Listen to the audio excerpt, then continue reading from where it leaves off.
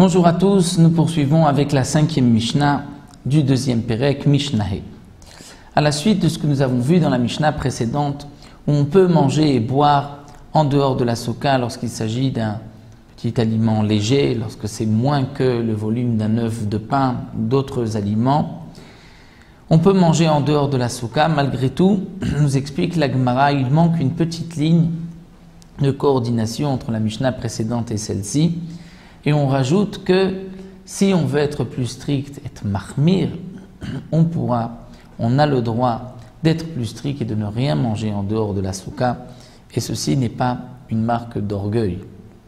Comme on le voit, c'était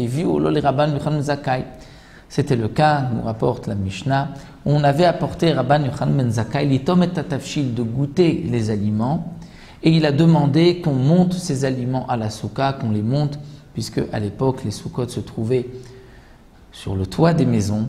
Donc il a demandé qu'on monte cet aliment, ce qu'il devait goûter, dans la souka pour pouvoir manger même un tout petit aliment, de le manger, juste donc de goûter, de le manger dans la souka. Rabban Gamliel aussi, on lui a proposé shte kotavot, 2 dattes, udli shel maïm, une petite quantité d'eau, ve'amru.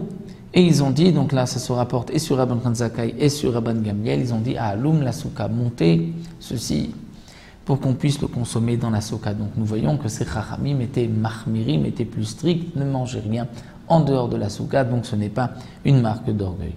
Inversement aussi, celui qui ne veut pas être mahmir, même si c'est un talmid chacham, il a le droit, et cela ne montre pas un dédain ou une négligence quelconque sur les mitzvot, puisqu'il en est dispensé, moins que kabetza, moins que le volume d'un œuf. C'est ce que la Mishnah nous raconte. Et lorsqu'on a donné à Rabbi Tzadok, ochel pachot mi kabetza, un aliment qui faisait moins que kabetza, que le volume d'un œuf, donc d'après certains un morceau de pain, netalo bamapa, il l'a pris bamapa, c'est-à-dire il a enveloppé sa main d'une serviette, d'une nappe, et il n'a pas fait netilat yadayim, étant donné que c'était moins que le volume de kabetza, donc d'après certains il est dispensé de netilat yadayim.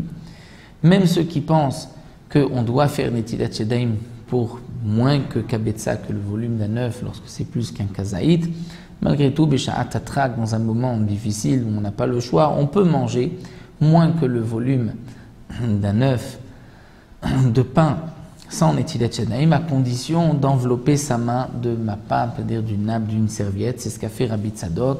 Et d'après certains, même Rabbi Tzadok, on s'est rapporté qu'il était Kohen, et puisqu'il mangeait tous ces aliments à Taharat Teruma, et un Kohen, nous savons que ses mains, s'il ne s'est pas lavé les mains auparavant, il va rendre pasoul la Teruma qu'il mange, donc il devait se laver les mains.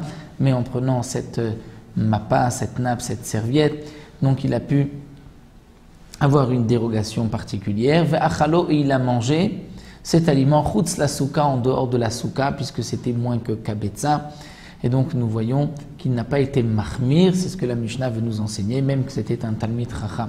Velo berech acharav, et il n'a pas fait non plus de birkat hamazon après ce qu'il avait mangé. Parce que, comme Rachid nous l'explique, c'est une marloquette entre Rabbi Yehuda et Rabbi Meir, à partir de combien on doit manger de pain pour pouvoir faire birkat hamazon. Donc d'après Rabbi Yehuda, c'est uniquement kabetza, le volume d'un œuf. C'est ce que pense aussi Rabbi Tzadok. C'est pour cela que bien qu'il a mangé le volume d'une olive, kazaït, mais il n'a pas mangé le volume d'un œuf, il n'avait pas besoin de faire birkat hamazon après. Motzi, bien sûr qu'on doit faire même sur un tout petit morceau de pain.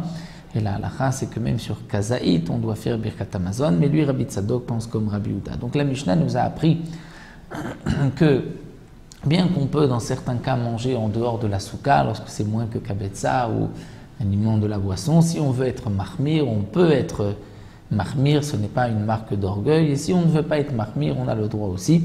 Voici ce que cette Mishnah nous a enseigné ici. Nous arrêtons à la Mishnah, à la de cette Mishnah.